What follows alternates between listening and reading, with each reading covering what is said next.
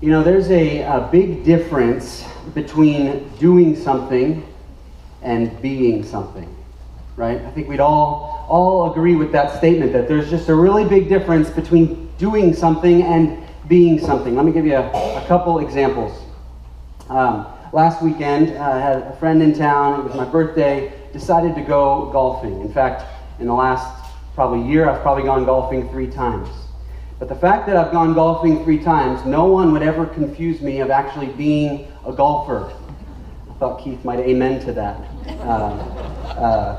Yeah, you know, if you call yourself a golfer, you're actually assuming a certain level of competency, which I do not have, a certain investment in time. There's sort of a reputation centered around the idea of golfing. So yeah, the fact that I golf does not make me a golfer. There's a difference between doing something and being something.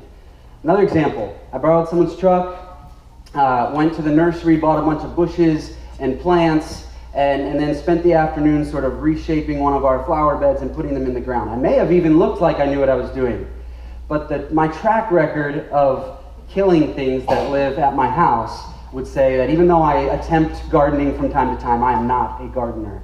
Okay, there's a difference between doing something and being something. I'm not a golfer, I'm not a gardener. But there's some things that I actually do that are a little bit deeper and go a little bit more at who I am. You know, if you ask people who know me well, they'd probably say, yeah, Johnny, he's a singer. You know, I've spent most of my life in choirs or practicing some sort of music. In college, I was really cool. I used to get my friends, and we'd go into the racquetball court, and we would practice these intricate harmonies for hours. I was really cool. You know, I love singing different harmonies. I think my wife sort of hates it because we'll sing songs to the kids before we put them to bed, and I'll try to harmonize with her and completely throw her off. But yeah, I'm a singer. It has to do with my passion, where I like to spend time. It even has to do with my overall outlook. When I hear a great piece of music, I don't just enjoy it. I want to be a part of it, and I want to spend time with that. I think the staff has picked up on this. For my birthday last week, they decorated my office like this, sort of a circus theme. They picked up on my love for the movie The Greatest Showman. They even gave me this awesome top hat. I thought it'd be fun to preach with this on today, but I'm sure through the walls they've heard me singing those songs all the time. But yeah, I want to be a part of it. So yeah, I do sing, but I'm also a singer. You know, there's a difference between doing something and being something. We could give lots of examples. You probably have examples from your own life of that distinction between doing something and being something. So here's sort of where we're going. I'm just going to sort of start with my sort of main point, what I want us all to leave with. We're talking about the idea of serving today. And followers of Jesus, they don't just serve. They become servants. And there is a huge difference between those two. You know, serving is sort of something that we do from time to time, right?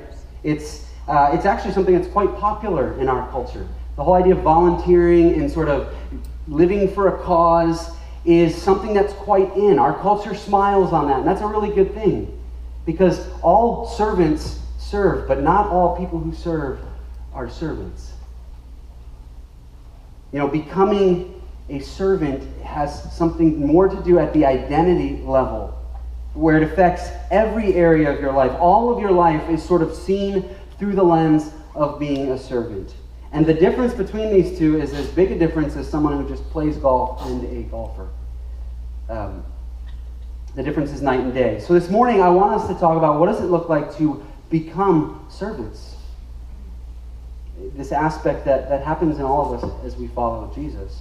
And for 3 weeks now, we've been sort of in this short little series of why the church even matters. What's the point?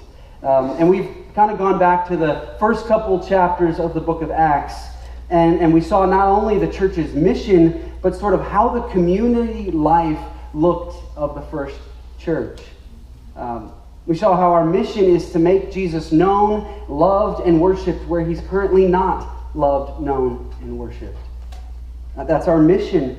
Our mission as a church has this outward focus, always with our eyes and our ears looking to those who don't know Jesus yet. And we individually and corporately have both the privilege and the opportunity to be heralds of the gospel, people who announce it, who share it, who witness to the gospel.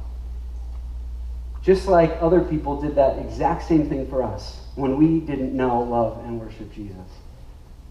And so we saw that one of the ways that this church in Acts spread so quickly was because this community of believers lived this attractive and this winsome and this beautiful communal life that just drew people in.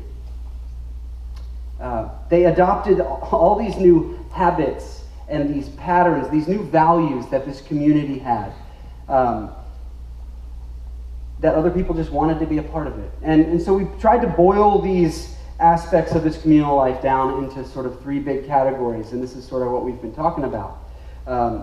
That the church is a community of people that values growing. You can go back to the circles slide if you can find that one. A church is a community of people that values growing, values connecting, and values serving. So first we tackled this value of growing, that one of the core aspects that makes a church is that it's a bunch of people who are learners. That each of us sort of have enough humility to realize we don't have it all figured out. And so we spend the rest of our lives sort of taking this truth of the gospel and learning how does that flesh itself out into all the different aspects of our life. And that is a lifetime journey. So we are learners from now to the rest of our life. Then we sort of talked about the importance of connecting. How we're not just a bag of marbles that sort of bump into each other here on a Sunday morning and then we go. No, we use the picture of a cluster of grapes and how we are vitally connected to one another.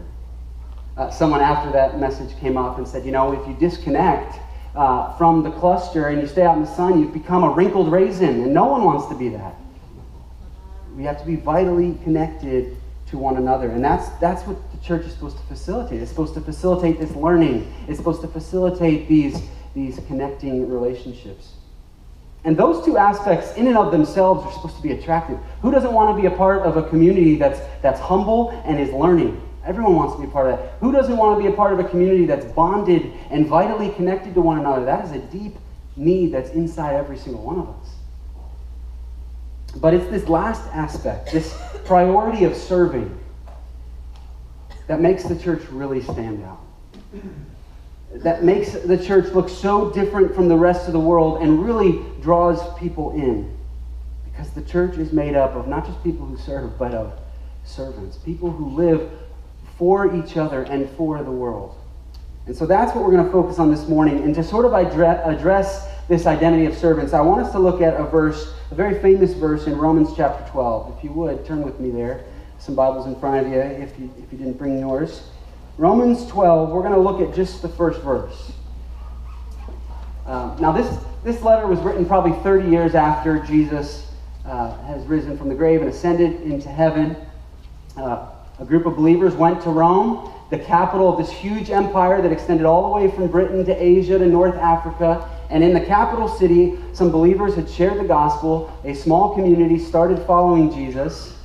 And Paul, who'd never been to Rome, never been to this church, took it upon himself to write them a letter and say, hey, here's the gospel and here's how it fleshes itself out. And that's where this letter to the Romans came from. And I want us we're going to be sort of all over the New Testament this morning, but this one verse in Romans 12 will be our landing point. And as we look at this passage, here's the questions that I want us to talk through. This might be one backwards.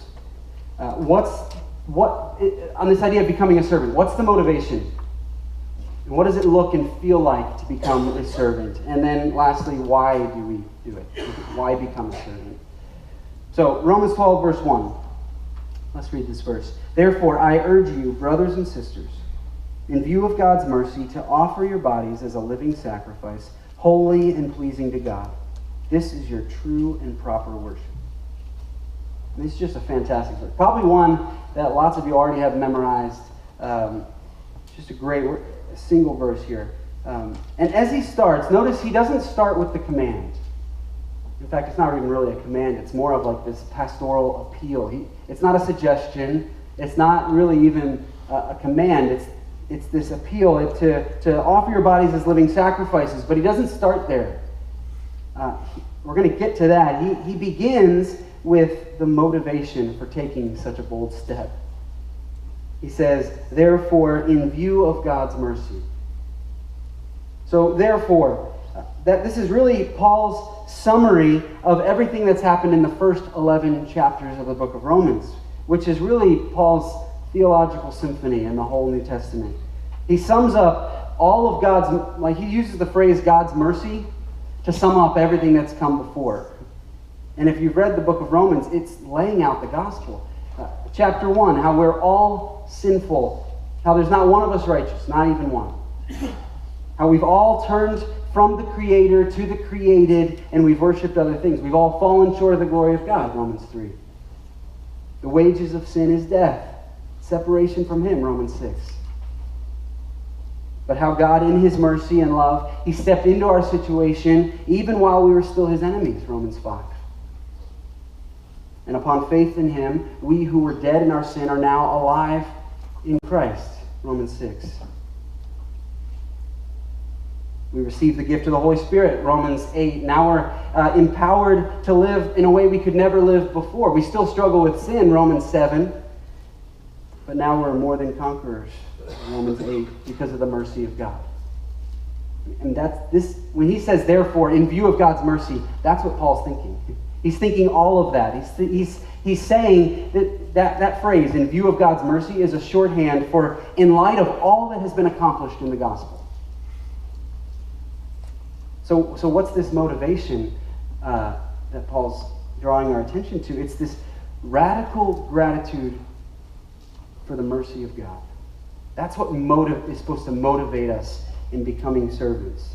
In light of everything that God has accomplished through Jesus on our behalf, out of this overwhelming gratitude for that, here's what I'm called to become. Gratitude for God's grace and His mercy. That's the only thing that can sustain becoming a servant. You know, any act of service can really be done from all sorts of different motivations, and we all know that from knowing our own hearts. You know, one of the most common motivations for doing any sort of act of service is because we feel like we're earning something, right? If I do this, God will bless me. It is a very common motivation. In that way, service isn't a response. It's more of a business transaction. Hey, if I do this, God will do that. Something's coming. You know, remember that movie, Saving Private Ryan? Really graphic movie. Hard to recommend it because of that. But it was a fantastic movie. You know, the plot is this grand rescue mission. There's this one private, James Ryan, who's the youngest of 4 different brothers, and 3 other brothers have already died in the war, so that they decided, let's go bring Private Ryan home so his family doesn't have to have another child die in the war. And so they send this whole company of soldiers after him, to rescue him, to bring him home, and it's a costly mission. And if you're a preacher, you're sitting on the edge of your seats. You're like, this is awesome. This is like the perfect gospel illustration of this costly rescue mission. And then you get to the climactic final scene. They find this Private Ryan and they try to get him out of enemy territory. And as they're getting him out, Captain John Miller, who's Tom Hanks' character, he's shot and he's dying. And so as he's dying, he sort of grabs Private Ryan by the shoulders and he looks him in the eyes, and his final words to him are, "Earn this. Earn it. I gave everything for you. Spend the rest of your life earning this moment." And I was like, oh, come on. He just blew a perfect illustration. Because if you remember how the movie ends, it fast forwards 50 years. And this Private Ryan is sort of plagued by this guilt the whole rest of his life. The movie ends 50 years later, him walking around the graves of all these men who gave their life for him so that he could live, and he's sort of plagued with, did I do it? Did I earn it? Did I live well enough? And that pressure and guilt is a similar motivation to what we always feel when we serve. When we serve like that, it's not prompted out of love, it's not prompted out of gratitude, it's rather out of obligation or some sort of guilt, trying to earn what we've received. And that motivation might get us to serve from time to time, but it's never going to make us servants. Our service doesn't earn anything. There's not anything left to earn.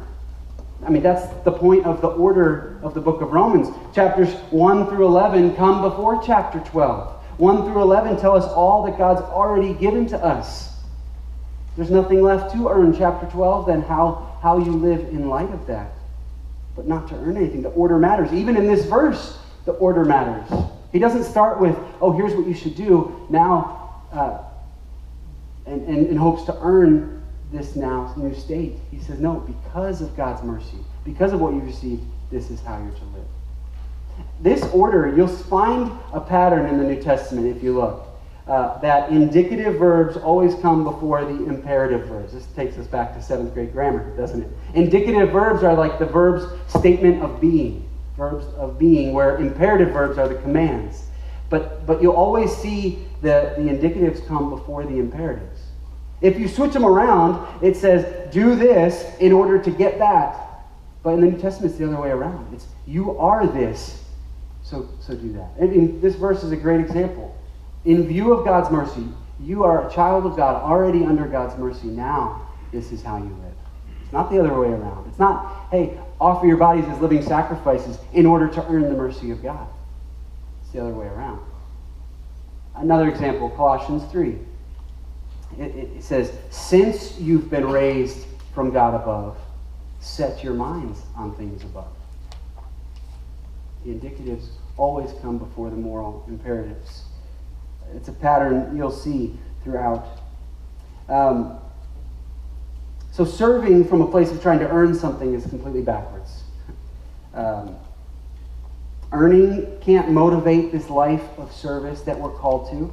And there's lots of other motivations. I mean, guilt won't do it. Arm twisting because it's the right thing to do, because volunteering and causes are the in. None of that's going to motivate. I mean, we can even serve from time to time out of prideful motivation because other people will see it. And we've all done that. But that's not what's going to motivate a life of becoming a servant.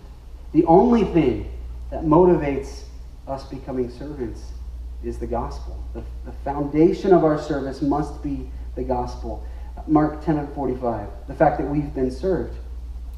For even the Son of Man did not come to be served, but to serve and to give his life as a ransom for many. That's what motivates our service. We have been served in the gospel. Jesus served us to the utmost. He gave everything for us. He paid our ransom. We're the recipients of God's mercy. And now, out of gratitude for that, which we refresh on a daily basis, that's the only thing that motivates our serving others. So, if that's our motivation, if the gospel is the basis, then what exactly are we being called to? What does our service look like? So let's go to the next part of Romans 12:1. It gets pretty intense. He says, therefore, I urge you, brothers and sisters, in view of God's mercy, to offer your bodies as a living sacrifice, holy and pleasing to God. Offer your bodies as a living sacrifice. There's two kinds of sacrifices in the Old Testament, in sort of the Jewish system. There's the propitiatory sacrifices and the dedicatory sacrifices. Okay? The propitiatory sacrifices, those are made to atone for sin. If you or I had sinned, we would bring an animal to the temple. They would sacrifice that animal to sort of cover up our sin, to atone for our sin. The dedicatory sacrifices are different. They don't atone for sin. These sacrifices are praise to who God is, for who he is and for what he's done. These two different sacrifices. So which one is Paul talking about here? Chapters 1 to 11, Paul has been comparing Jesus implicitly to being this propitiatory sacrifice. Jesus, in his death, was the one to atone for sin. So the sacrifice he moves to talk about here in chapter 12 is this sacrifice of dedication. And we're told that our lives, every aspect, that's why he says this word bodies. Because it's with our bodies that we interact with people. It's with our hands that we work, our minds that we think. It's with our mouths that we talk and we communicate. Every aspect of our lives is supposed to be placed on this altar as a response of praise. Our very lives become sacrificed, surrendered in praise to God. Recently, I've been sort of getting into Western movies, much to my wife's chagrin. Her dad watches a lot of Western movies. I think she's afraid I'm turning into him. But I really love not only these Western movies, I love the gambling scenes. Now, I'm not really a gambler. We did go to Vegas last year, but we went to see Celine Dion, not to gamble. I did lose $20, and that was enough. I'm like, all right, I'm not doing that anymore. But in these gambling scenes, I mean, I just love it. They're so intense.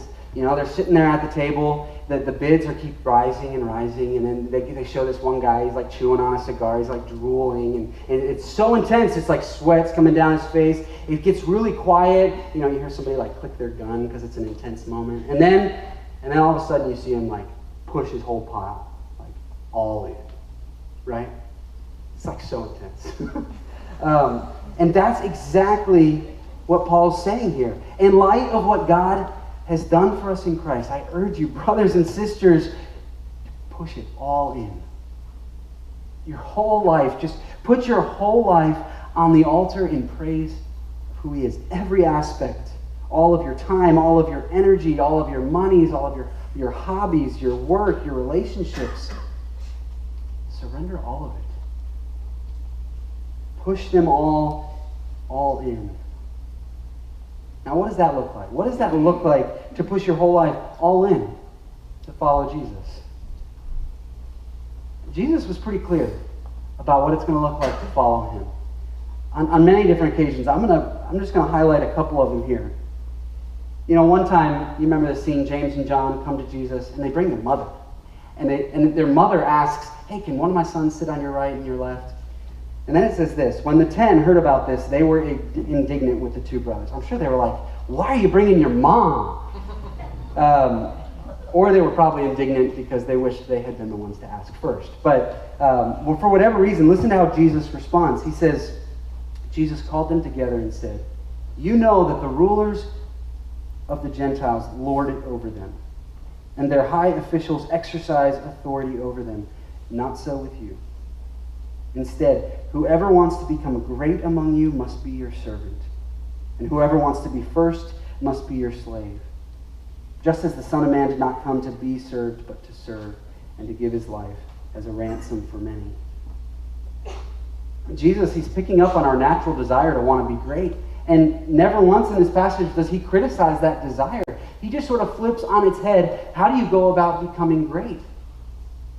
You know, in the system of that day, much as in our system, as you sort of climb up the ladder of society, as you become more prominent and more powerful, the less and less you have to do sort of the menial and the mundane things in life. The higher up you become, you have other people do those things for you. The greater you become, you have more people serve you. I mean, that's exactly how it is in our culture. You know, the freshmen on the soccer team are always the one to carry the gear and to carry the water out to the field. If you're the intern, you get the coffee for everyone else in the office. If you're the associate professor, you get the worst class schedule, don't you? If there's any base or menial task, it goes to those who are the lowest in the totem pole. And as you get higher, you don't have to do that stuff. And Jesus says, hey, in my kingdom, it's completely upside down. That greatness comes as you serve. And as you become greater, you serve more and more. And Jesus didn't just teach this. This is the way He lived. I'm sure the scene we all immediately think of is when Jesus washed the disciples' feet. I mean, there was not a lower task in that society. And all the disciples are looking at one another. No one wants to claim that lowest spot and be the one to wash feet. And then Jesus steps up and does it. And this verse really stood out to me. We're not going to look at the whole scene, but this one verse. Jesus knew that the Father had put all things under His power, and that He had come from God and was returning to God. So He got up from the meal, took off His outer clothing, and wrapped a towel around His waist. He knew all things were under His power. As far as greatness and prominence go, He's at the very top. You can't get higher than that. And this is a very lousy comparison, but it would be like the President of the United States coming to your house or to my house and cleaning our toilets. But but way crazier than that, because Jesus isn't just the head of a country or of a nation. He is the head over all creation, God himself. He's got all the authority, and rather than that meaning everyone else serves him, he takes on the role of a servant. He jumps to the menial stuff and washes the disciples' feet, and the disciples are shocked. And Jesus totally redefines what greatness looks like. But this wasn't the most extreme example of Jesus serving us. The most extreme, where Jesus serves us to a greater degree, is when he became obedient to death, even death on a cross. Listen to what Jesus says in John 12, referring to his death, but also referring to the way you and I are supposed to live. He says this, "Very truly I tell you, unless a kernel of wheat falls to the ground and dies, it remains only a single seed. But if it dies, it produces many seeds. Anyone who loves their life will lose it, while anyone who hates their life in this world will keep it for eternal life. Whoever serves me must follow me. Where I am, my servant also will be, and my Father will honor the one who serves me." It's this upside down sort of nature of following Jesus. It's through giving yourself away to others, dying to yourself, that we find life. And this is exactly opposite of what we would think. Dietrich Bonhoeffer famously said in his Cost of Discipleship, he said, "When Christ calls a man, he bids him come and die." This is what we're being called to. This is what it feels like to live as a servant. It feels like we're being called to die to ourselves, to die to our ego, to die to our agenda, to die to how we want to spend this afternoon. And that's why Paul in Romans 12, he uses this imagery of a living sacrifice. I mean, if you were a Jew in that day, you knew what went into sacrifice. You'd done it your whole life. You brought these animals with you. You'd watched them get slaughtered and put on the altar and burned. And now Paul's telling us to be this living sacrifice.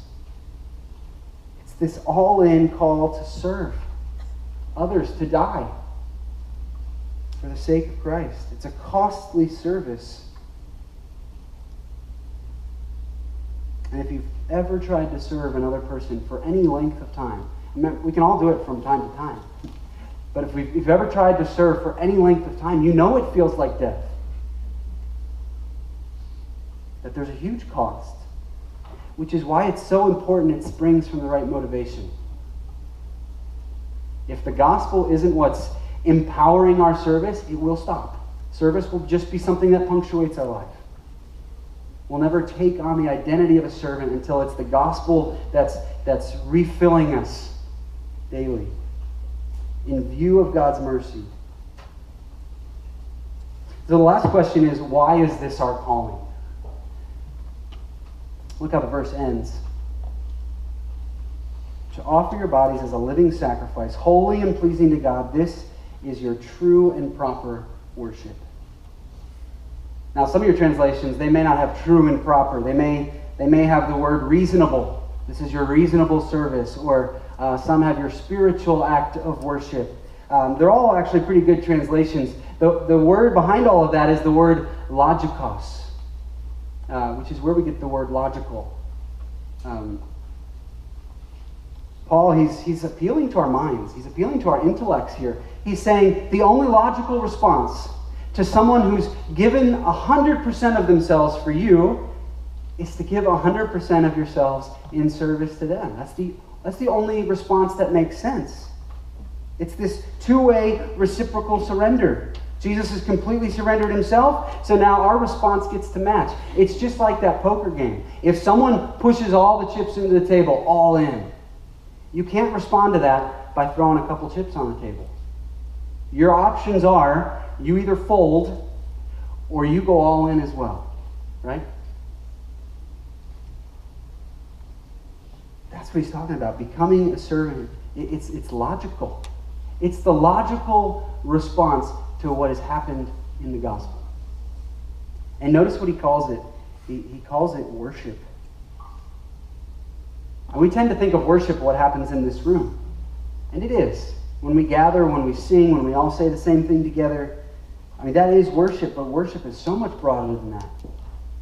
Worship happens in every aspect of our lives as we surrender them to Christ in service to others. That's worship. And that infuses a whole lot of meaning into every aspect of life. Think of different spheres of life for a second. Start closest, right? Home. You worship at home as you serve your spouse, or if you're not married, as your roommate, or your friends. That's where this life of worship starts. In serving there, in serving your kids. The very menial, mundane things that make up every home life. Right? Taking out the trash, emptying the dishwasher, cleaning the toilets. Those things are transformed into worship when they're done for Christ in service to others. Okay, home. What about in your neighborhood? How do you serve your neighbors? There's all sorts of ways.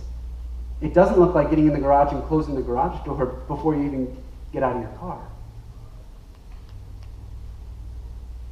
Helping your neighbor with yard work, inviting them over to your family, taking care of their lawn when they're out of town. Lots of ways. A life of a servant. What does it look like at work? So often it's easy to have this sort of sacred and secular divide. Oh yeah, over here this is where I serve, but then here this is my job. Where if our whole lives are surrendered on the altar to Christ, then that works its way into every aspect.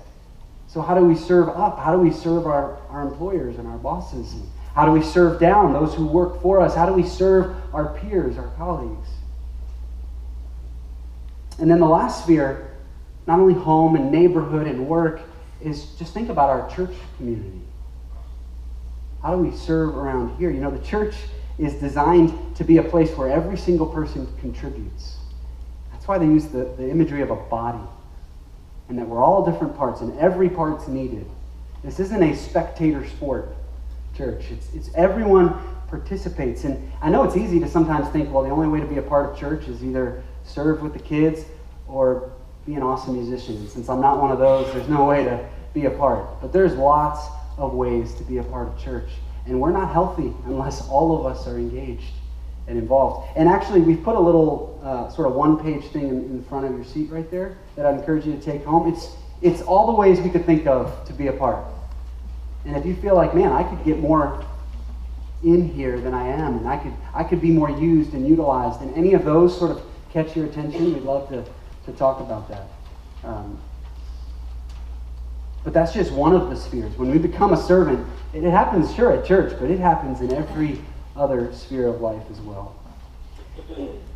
And so my prayer for us as a church this week is that we would make this all-important transition from people who serve, which is good, to people who become servants.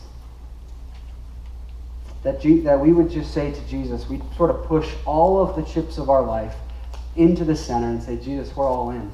And if all 150 of us do that, the potential for kingdom impact is tremendous. You know, a century ago, someone once asked William Booth, he's the guy who founded Salvation Army, they asked him, General Booth, God has used you in a great way. And the reporter who was asking this was kind of surprised. Like, there's really nothing special about this man. But God's used him in a great way. What's the secret of God's use of you? And so Booth, he moved a piece of hair out of his face, and he looked at this reporter with a piercing eye, and he said this. He said, there have been men with greater brains than I, men with greater opportunities, but from the day I got the poor of London on my heart, and a vision of what Jesus Christ could do with the poor of London, I made up my mind that he would have all of William Booth there was.